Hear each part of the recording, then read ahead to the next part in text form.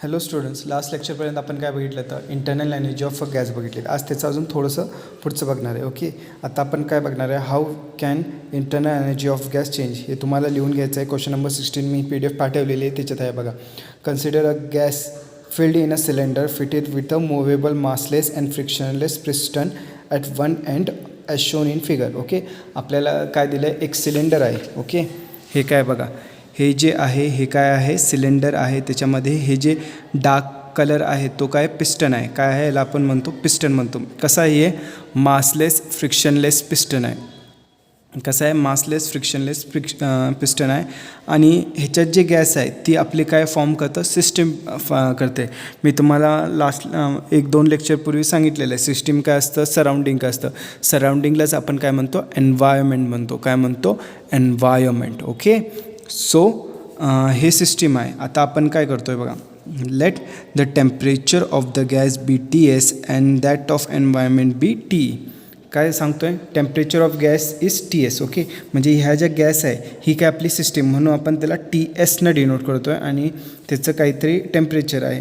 And that of environment is TE. आता ह्याला सोडून, म्हणजे ह्या गॅसला सोडून बाकी सगळं, मी काय म्हटलं तर त्या गॅसला सोडून बाकी सगळं जे असतं ते काय असतं, आपलं हे असतं, सराउंडिंग असतं. और त्याला आपण एन्व्हायरमेंट म्हणतो. काय म्हणतो, एन्व्हायरमेंट म्हणतो. काय म्हणतो, environment.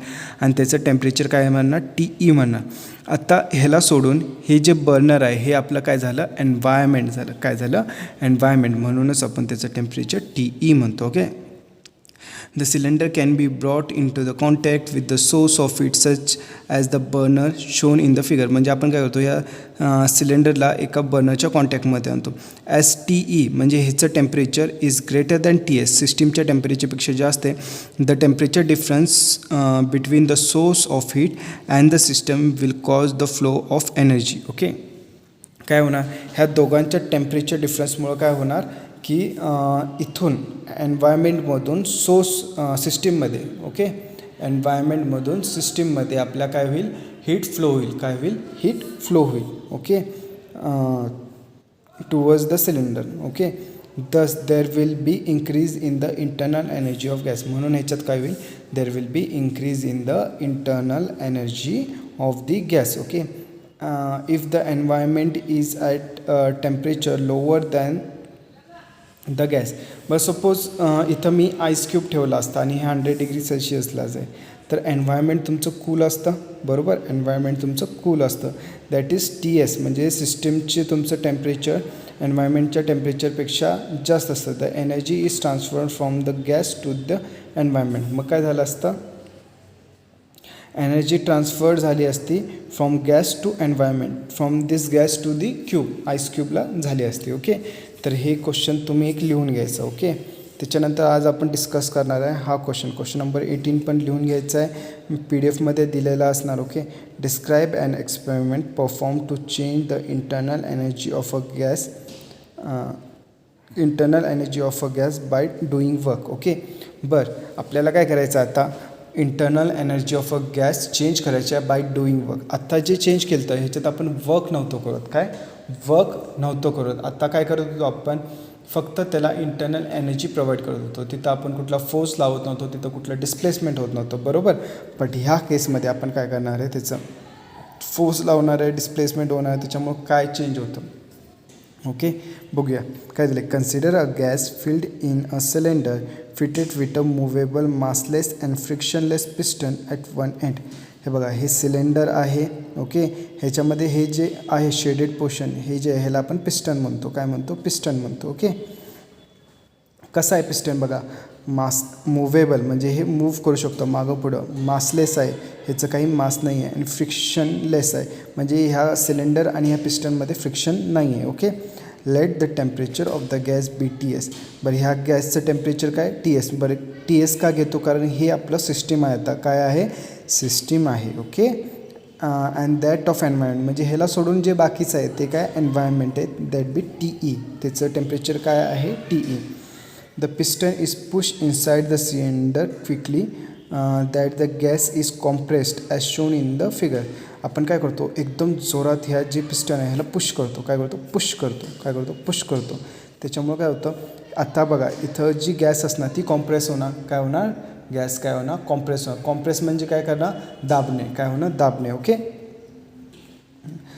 In this case the piston does work on the gas. आता ह्याच्यामध्ये काय होतं बघा, piston does work on the gas. तुम्ही म्हणा सर कसं वर्क चालू आहे, डिस्प्लेसमेंट तर झालंच नाही, याचं पिस्टन आहे त्याच जागेला आहे. बरं ह्याचं गॅस मॉलिक्यूल बघितला पहिला इथं होता, इथले जे जवळचे मॉलिक्यूल्स आहेत ते काय होतात इकडे डिस्प्लेस होतात, काय होतात इकडे डिस्प्लेस होतात. म्हणजे इथले जे मॉलिक्यूल्स आहेत जवळजवळचे त्याला आपण काय करतो आहे फोर्स अप्लाय करतो आहे, काय होतं आहे फोर्स अप्लाय करतो आणि डिस्प्लेसमेंट काहीतरी होतं आहे त्याचं, काहीतरी काय होतं आहे डिस्प्लेसमेंट होतं आहे. ओके. सो आपलं हे काय वर्क डनचा फॉर्म्युला काय फोर्स इंटू डिस्प्लेसमेंट, काय असतं force into displacement. Okay. Now the gas gains the energy and the temperature increases. आता इकडे बघा तुम्हाला हे माहिती आहे PV is equal to nRT, हे इक्वेशन माहिती आहे PV is equal to nRT. आता मी काय केलं आहे बघा व्हॉल्यूम चेंज केलं आहे, काय केलं आहे प्रेशर कॉन्स्टंट ठेवून, काय प्रेशर कॉन्स्टंट ठेवून व्हॉल्यूम चेंज केलं. ओके. तर व्हॉल्यूम चेंज केलं म्हणजे काहीतरी इथं मी इन्क्रीज केलं आहे और डिक्रीज केलं आहे, काहीतरी इन्क्रीज केलं आहे और डिक्रीज केलं आहे. तर इकडं काही चेंज झालं तर इकडं पण काहीतरी चेंज व्हायला पाहिजे तरच हे इज इक्वल टू राहणार, बरोबर. ह्या बाजूला काहीतरी लेफ्ट हँड साईडला काहीतरी चेंज झालेलं आहे, मी प्रेशर अप्लाय केलेलं आहे. ओके. प्रेशर अप्लाय केलं आहे, माझा व्हॉल्यूम चेंज झाला आहे. ओके. तर लेफ्ट हँड साईडला जर माझं काहीतरी चेंज झालं आहे तर ह्या बाजूला पण चेंज व्हायला पाहिजे काय नको, बरोबर ना. बरं ह्याच्यातला आर काय constant and number of mole constant, मग चेंज कशात होणार फक्त टीमध्ये चेंज होणार, काय होणार फक्त टीमध्ये चेंज होणार. समजलं. मग जेव्हा पण तुम्ही एखादा पिस्टन आत ढकलता, काय करता आत ढकलता एका सिलेंडरच्या, तेव्हा ह्या सिलेंडर्स जे पार्टिकल्स आहेत त्यांचं काय होतं टेम्परेचर इन्क्रीज होतं, काय होतं टेम्परेचर इन्क्रीज होतं. समजलं. हे इज इक्वल टूचं साईन आहे म्हणजे काय इथल्या ज्या क्वांटिटीज आहेत ह्याचं प्रोडक्ट आणि ह्याचं प्रोडक्ट सेम असणार, बरोबर. बट आर कधीही चेंज होऊ शकत नाही कारण गॅस कॉन्स्टंट आहे, नंबर ऑफ मोल्स ह्याच्यातले गॅसचे मॉलिक्यूल्स चेंज होणार आहेत नाही होणार आहे कारण सगळीकडनं पॅक आहे. एखादा मॉलिक्यूल बाहेर जाऊ शकत नाही, एखादा मॉलिक्यूल आत येऊ शकत नाही. मग चेंज कशात होणार एक तर टेम्परेचरमध्ये होणार, एक तर कमी होणार किंवा जास्त होणार. बरं ह्या केसमध्ये काय होतं जेव्हा तुम्ही पुश करता तेव्हा टेम्परेचर काय होतं इन्क्रीज होतं, काय होतं इन्क्रीज होतं. एवढं लक्षात ठेवायचं. ओके. समजलं. बरं आता बघा त्याचा fourth point. On the other hand if the gas pushes the piston out so that the gas is expand some work is done by the gas. Okay. बरं आता हे कोणतं असतं आत्ता आपण जे डिस्कस केलं ह्याच्यावर काय करतो the piston does a work on the gas, piston does a work on the gas. Okay. बरं असं झालं सपोज हे पिस्टन आहे ह्याच्यामध्ये काय आहे गॅस आहे. आता ह्या गॅसला काहीतरी एनर्जी आली, कुठनं तरी एनर्जी भेटली तर हे काय करणार ही जी गॅस आहे ही पुश करणार ह्या पिस्टनला बाहेर, ही काय करणार ही पुश करणार ह्या पिस्टनला बाहेर पुश करणार. समजलं. ही गॅस आहे ही पुश करणार ह्या पिस्टनला बाहेर. ओके. जर हे पुश करत असेल तर this gas do okay this gas do work on the piston, this gas do work on the piston. Okay. तर ह्या केसमध्ये टेम्परेचर काय होतो डिक्रीज होतो, काय होतो टेम्परेचर डिक्रीज होतो. तुम्हाला समजलं.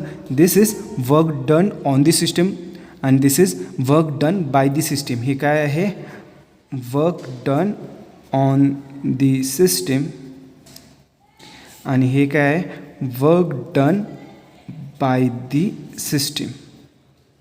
समजला. इथं वर्क डन कोणी केलं आहे सिस्टीमनं केलं आहे आणि इथं वर्क डन सिस्टीमवर झालं आहे. ओके. सिस्टीमवर झालं आहे. तर हे तुम्हाला लक्षात घ्यायला लागेल काय झालं आहे. ओके.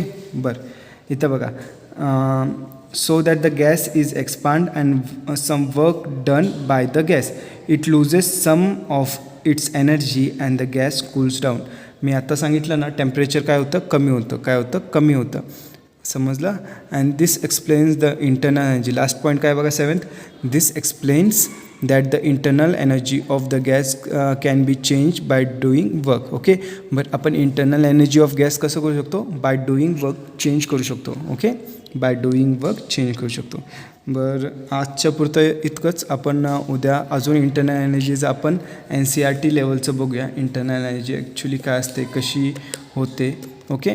सो आणि इंटरनल एनर्जीचं करण्या अगोदर तुम्हाला हे सांगतो की तुम्ही आपले कायनेटिक थिअरी ऑफ गॅसेसमध्ये जे इक्विपार्टिशन थेरम आपण केलेलं आहे ते नीट परत एकदा व्हिडिओ बघा, वाटलं असतं तुम्ही जर लिहून घेतलं असेल तर वेल अँड गुड, बट व्हिडिओ बघितला तर खूप चांगलं होईल असं मला वाटतं. परत एकदा व्हिडिओ बघा तो, आणि कारण त्याच ह्याच्यावर इन्फॉर्मेशनवर बेसस आपलं आता इंटरनल एनर्जीचं आपण बघणार आहे. ओके, सो आजपुरतं थांबूया. बाय.